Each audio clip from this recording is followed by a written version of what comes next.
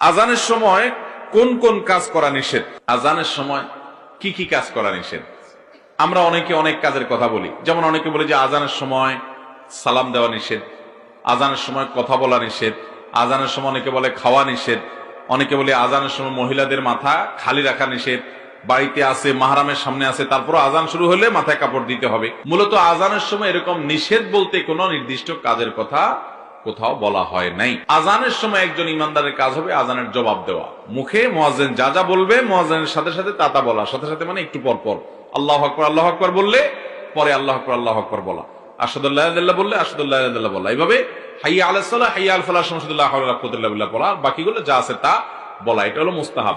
যদি আজানের সময় কথা বলতে গেলে জবাব দিতে অসুবিধা হয় তাহলে কথা না বলে জবাব দেওয়াটা উত্তম, বাস এটুকু। এছাড়া আজানের সময় যে আপনার এটা করা যাবে না ওইটা করা যাবে না এমন কোনো কথা নাই। যেগুলো অন্য সময় নিষেধ সেগুলো আজানের সময়ও নিষেধ।